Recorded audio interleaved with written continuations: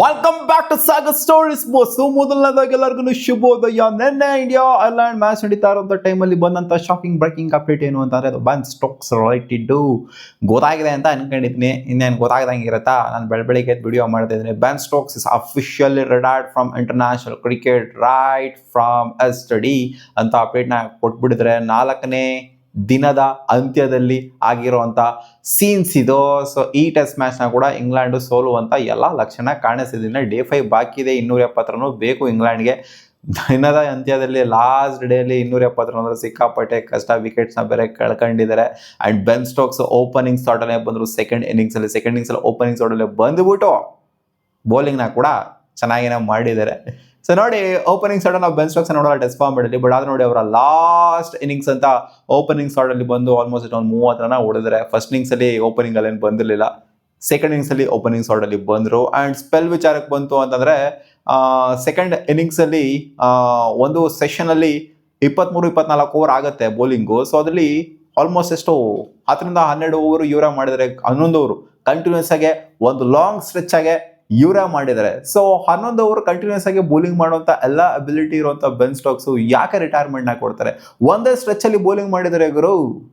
Second session ಅಂತ ಕಾಣಿಸುತ್ತೆ. ಆ ಸೆಷನಲ್ಲಿ ಕಂಪ್ಲೀಟಾಗಿ ಬೌಲಿಂಗ್ನ ಮಾಡಿದರೆ, ಬಿಡ್ದಂಗೆ ಬೌಲಿಂಗ್ನ ಮಾಡಿದರೆ.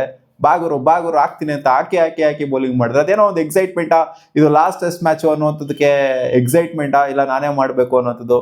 ನೋಡಿ, ಬ್ಯಾಟಿಂಗು ಕೂಡ ಓಪನಿಂಗಿಗೆ ಬಂದಿದ್ದಾರೆ. ಸ್ವಲ್ಪ ಮಾಡಬಾರ್ದೆಲ್ಲ ಮಾಡಿದ್ದಾರೆ. ಸೊ ಅದ್ರಲ್ಲಿ ಡಿಫ್ರೆಂಟಾಗಿ ಮಾಡಿದ್ದಾರೆ ಅವರ ಲಾಸ್ಟ್ ಟೆಸ್ಟ್ ಮ್ಯಾಚ್ ಅಂತ. ಸೊ ಯಾರಿಗೂ ಕೂಡ ಇಂಟಿಮೇಷನ್ ಇರಲಿಲ್ಲ ಇದು ಲಾಸ್ಟ್ ಟೆಸ್ಟ್ ಮ್ಯಾಚ್ ಆಗುತ್ತೆ ಅಂತ. ಬಟ್ ಅವ್ರು ಇಂಟರ್ನಲ್ ಟೀಮ್ ಅವ್ರಿಗೆಲ್ಲ ಗೊತ್ತಿತ್ತು ಅಂತ ಕಾಣಿಸುತ್ತೆ. ಸೊ ಬಂದ್ಬಿಟ್ಟು ರಿಟೈರ್ಮೆಂಟ್ನ ಅನೌನ್ಸ್ ಮಾಡ್ತಾರೆ ಡೇ ಎಂಡ್ ಆಗ್ತಾ ಇದ್ದಂಗೆ. So feels sad Ben Stokes ಅವರ ಅಭಿಮಾನಿಗಳಿಗೆ. ಬೆನ್ ಸ್ಟೋಕ್ಸ್ ಎಂತೆಂಥ ಆಟಗಳನ್ನ ಆಡಿದ್ದಾರೆ ಅಂತಂದರೆ ಟೆಸ್ಟ್ ಕ್ರಿಕೆಟ್ಗೆ ಜೀವನೇ ಕೊಟ್ಬಿಟ್ಟಿದ್ದಾರೆ. 121 ಟೆಸ್ಟ್ ಮ್ಯಾಚ್ ಆಡಿದ್ದಾರೆ. ಇನ್ಫ್ಯಾಕ್ಟ್ ODIsಗಿಂತ ಜಾಸ್ತಿ, T20 ಇಂಟರ್ನ್ಯಾಷನಲ್ಸ್ಗಿಂತ ಜಾಸ್ತಿ ಆಡಿರುವಂಥದ್ದವರು ಟೆಸ್ಟ್ ಮ್ಯಾಚ್ನ ಟೆಸ್ಟ್ ಅಂತ ಜೀವನೇ ತೆಗೆದುಬಿಟ್ಟಿದ್ದಾರೆ ಇಂಗ್ಲೆಂಡ್ಗೋಸ್ಕರ. ಒಂಥರ ಎಷ್ಟೋ IPL ಸೀಸನ್ಗಳನ್ನ ಮಿಸ್ ಮಾಡ್ಕೊಂಡಿದ್ದಾರೆ. ಟೆಸ್ಟ್ ಕ್ರಿಕೆಟ್ಗೆ ಫೋಕಸ್ ಮಾಡಬೇಕು, ಟೆಸ್ಟ್ ಕ್ರಿಕೆಟ್ ಅಂತ. ಸೊ ಟೆಸ್ಟ್ ಕ್ರಿಕೆಟ್ ಅಂತ ಬಂದಾಗ ಬೆನ್ ಸ್ಟೋಕ್ಸ್ ಅವರ ಕ್ಯಾಪ್ಟನ್ಸಿಲಿ ಏನೋ ದೊಡ್ಡದಾಗಿ ಸಾಧನೆ ಮಾಡಿಬಿಡಿದೆ ಇಂಗ್ಲೆಂಡ್ ಅಂತ ಅನ್ನೋದಕ್ಕಿಂತ ಸೊ ಅವರು ಸಾಧನೆ ಮಾಡಿದ್ದಾರೆ ಅಂತ ಹೇಳ್ಬೇಕು ಇಷ್ಟೇನೆ. ಸೊ ಇಂಗ್ಲೆಂಡ್ ಅತಿ ದೊಡ್ಡ ಸಾಧನೆ ಏನು ಬೆನ್ ಸ್ಟೋಕ್ಸ್ ಅವರ ಒಂದು ಪೀರಿಯಡಲ್ಲಿ ಅವಧಿಯಲ್ಲಿ ಮಾಡಿಲ್ಲ. ಒಂದು ಬಾಸ್ ಬಾಲ್ ಅನ್ನೋ ಒಂದು ಅಪ್ರೋಚ್ನ ತೊಗೊಂಬಂದ್ರು ಇವರ ಒಂದು ಕ್ಯಾಪ್ಟನ್ಸಿಲಿ. ಸೊ ಅದು ಸ್ವಲ್ಪ ಮಟ್ಟಿಗೆ ಕ್ಲಿಕ್ ಆಯಿತು. ಆ್ಯಂಡ್ ಒಂದೊಂದು ಟೈಮಲ್ಲಿ ಅದು ಬ್ಯಾಕ್ ಫೈರ್ ಕೂಡ ಆಗಿದೆ. ಸೊ ಓಕೆ, ಒಂದು ಡೀಸೆಂಟ್ ಕ್ಯಾಪ್ಟನ್ಸಿನ ಇವರ ಒಂದು ಕ್ಯಾಪ್ಟನ್ಸಿಲಿ ಮಾಡಿದರೆ. 121 ಮ್ಯಾಚ್ ಟೆಸ್ಟ್ ಮ್ಯಾಚ್ ಆಡಿರುವಂಥ ಬೆನ್ ಸ್ಟೋಕ್ಸ್ ಹೊಡೆದಿರೋದು 7228 ರನ್ನು, ಹೈಯೆಸ್ಟ್ 258. ಆ್ಯಂಡ್ ಒಂದು ಸಿಕ್ಕಾಪಟ್ಟೆ ಗ್ಯಾಪ್ನ ಬರೋದು ಯಾವುದು ಅಂತಂದರೆ ಹೊಡೆದೋಗಿರುವಂಥ ಪಿಚ್ ಮೇಲೆ ಸೆಂಚುರಿ ಹೊಡಿತಾರಲ್ಲ, ಎಲ್ಲರೂ ಸ್ಟ್ರಗಲ್ ಮಾಡಿರುವಂಥ ಒಂದು ಪಿಚ್ ಮೇಲೆ ಫೋನ್ ಹೋಗ್ತಾ ಇರುತ್ತೆ ಮಧ್ಯದಲ್ಲಿ. ಆ ಪಿಚ್ ಮೇಲೆ ಫೋನ್ ಹೋಗ್ತಾ ಇರುತ್ತೆ. ಸೊ ಅಂಥ ಒಂದು ಟ್ರಿಕ್ಕಿ ಸರ್ಫೇಸ್ ಮೇಲೆ ಸೆಂಚುರಿ ಹೊಡಿತಾರಲ್ಲ ಬೆನ್ ಸ್ಟೋಕ್ಸು.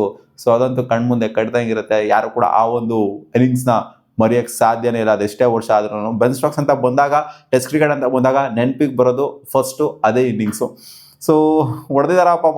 ಆವರೇಜ್ ಒಂದು 35 ಇದೆ. ಸೊ ಇನ್ನೇನು ಸ್ಟ್ರೈಕ್ ರೇಟು 60 ಸ್ಟ್ರೈಕ್ ರೇಟಲ್ಲಿ ಬ್ಯಾಟಿಂಗ್ನ ಆಡಿದರೆ. So force 830 136 ಸಿಕ್ಸ್ನ ಹೊಡೆದಿರುವಂಥವ್ರು. 14 ಸೆಂಚುರಿ, ಟೆಸ್ಟ್ ಕ್ರಿಕೆಟಲ್ಲಿ 37 50s ಕೂಡ ಇದೆ. 114 ODI ಮ್ಯಾಚ್ ಆಡಿದ್ದಾರೆ. ODIಸಿಂದ ಮುಂಚೆ ರಿಟೈರ್ ಆಗೋಗ್ಬಿಟ್ಟು 2023 ಅವರು ಆಡಿದ್ದು ಲಾಸ್ಟ್ ODI. 2022 ಆಡಿದವರು ಲಾಸ್ಟು T20 ODI ಮತ್ತು ಇವಾಗ ಟೆಸ್ಟು. ಸೊ ಸ್ಟೆಪ್ಪು ರಿಟೈರ್ಮೆಂಟ್ನ ಅನೌನ್ಸ್ ಮಾಡಿದ್ದಾರೆ. ಸೊ ODIs ನಾವು ಅಂದ್ಕೊಂಡಿದ್ವಿ ODIಸಿಂದ ರಿಟೈರ್ಮೆಂಟ್ ಕೊಟ್ಟಿದ್ರು ಮುಂಚೆನೇ 2022 ಕೊಟ್ಬಿಟ್ಟಿದ್ರು. ಬಟ್ ಕಮ್ ಬ್ಯಾಕ್ ಮಾಡಿದ್ರು ODI ವರ್ಲ್ಡ್ ಕಪ್ ಆಡಬೇಕು ಅಂತ. ಇವಾಗೇನೋ ಮತ್ತೆ 2027ಗೆ ODI ವರ್ಲ್ಡ್ ಕಪ್ಪಿಗೆ ಮತ್ತೆ ಕಮ್ ಬ್ಯಾಕ್ ಮಾಡ್ತಾರ ಅಂತ ನಾವು ಅನ್ಕೊಂತಾ ಇದ್ವಿ. ರಿಟೈರ್ಮೆಂಟಿಂದ ವಾಪಸ್ ಬರ್ಬೋದು ಅಂತ. ಬಟ್ ಇಲ್ಲ, ಬರೋದಲ್ಲ. ಎಲ್ಲ ಫಾರ್ಮೆಟನ್ನು ಕೂಡ ರಿಟೈರ್ಮೆಂಟ್ ಇವಾಗ ಅನೌನ್ಸ್ ಮಾಡಿಬಿಡಿದ್ರೆ 2027 ವರ್ಲ್ಡ್ ಕಪ್ಪಿಗೆ ಅವ್ರು ಕಮ್ ಬ್ಯಾಕು ಮಾಡ್ತಿಲ್ಲ, ಏನೂ ಮಾಡ್ತಿಲ್ಲ, ಬದಲಾಗೋ ಮಾಡ್ತಾ ಇಲ್ಲ. ಸೊ ODIs ಬಗ್ಗೆ ಮಾತಾಡಕ್ಕೆ ಹೋಗಲ್ಲ, T20s ಬಗ್ಗೆ ಮಾತಾಡಕ್ಕೆ ಹೋಗಲ್ಲ. ಯಾಕಂದ್ರೆ ಅವ್ರು ಆಡೇ ಜಮಾನ ಆಗೋಗ್ಬಿಟ್ಟಿದೆ. ಟೆಸ್ಟ್ ಕ್ರಿಕೆಟ್ ಮಾತ್ರ ಅವರು ಉಳಿಸ್ಕೊಂಡಿದ್ದು. ಸೊ ಆ ಒಂದು ಫಾರ್ಮೆಟ್ ಇದನ್ನು ಕೂಡ ಇವಾಗ ರಿಟೈರ್ಮೆಂಟ್ ಅನೌನ್ಸ್ ಮಾಡಿದ್ರೆ. ಸೊ ಕ್ಯಾಪ್ಟನ್ ಇದ್ರು ಗುರು, ಏನೇನೋ ಆಯ್ತು ಅವ್ರಿಗೆ ಸೀನ್ಸು. ಸೊ ಅದು ಕೂಡ ಒಂದು ಸ್ವಲ್ಪ ಮನಸ್ಸಿಗೆ ಬೇಜಾರು ಆದರೂ ಆಗಿರಬಹುದು.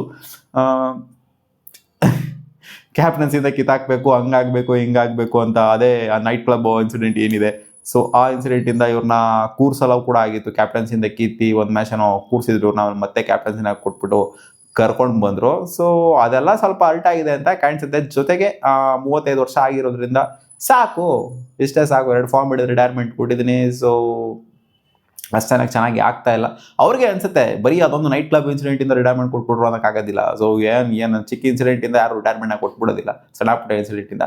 ಸೊ ಆ ಇನ್ಸಿಡೆಂಟ್ ಜೊತೆಗೆ ಯೋಚನೆ ಬರುತ್ತಲ್ಲ ಗುರು. ಸೊ ಆ ಥರ ಒಂದು ಇನ್ಸಿಡೆಂಟ್ ಆಗಾದ್ಮೇಲೆ ಸೊ ಈ ಥರ ನಡ್ಕೊಳ್ಳೋಂಥ ರೀತಿ ಎಲ್ಲ ನೋಡಾದ್ಮೇಲೆ ಆ್ಯಂಡ್ ನನ್ನ ಪರ್ಫಾರ್ಮೆನ್ಸ್ ವೈಸನ್ನು ಕೂಡ ಸ್ವಲ್ಪ ಡಿಪ್ರಿಷಿಯೇಟ್ ಆಗಾದ್ಮೇಲೆ ಸೊ ಯಂಗ್ಸ್ಟರ್ಸ್ಗೆ ಅವಕಾಶ ಕೊಡಬೇಕು ಅಂತ ಅವ್ರಿಗೆ ಪರ್ಸನಲಿ ಅನಿಸಿದೆ ಅಂತ ಕಾಣಿಸೋದಕ್ಕೋಸ್ಕರ ಅವರು ಅವಕಾಶನ ಮಾಡ್ಕೊಂಡು ಕೊಟ್ಟಿದ್ದಾರೆ. Ben Stokes as a captain so ಚೆನ್ನಾಗಿ ನಿಭಾಯಿಸಿದ್ದಾರೆ ಇಂಗ್ಲೆಂಡ್ ಟೀಮ್ನ, ಎಸ್ಪೆಷಲಿ ಇನ್ ಟೆಸ್ಟ್ ಫಾರ್ಮೆಟು. ಅದೇ ಹೇಳಿದ್ನಲ್ಲ, ಟೆಸ್ಟ್ ಕ್ರಿಕೆಟ್ಗೆ ಅವರ ಜೀವನನೇ ಅರ್ಪಿಸ್ಬಿಟ್ಟಿದ್ದಾರೆ ಅಂತ.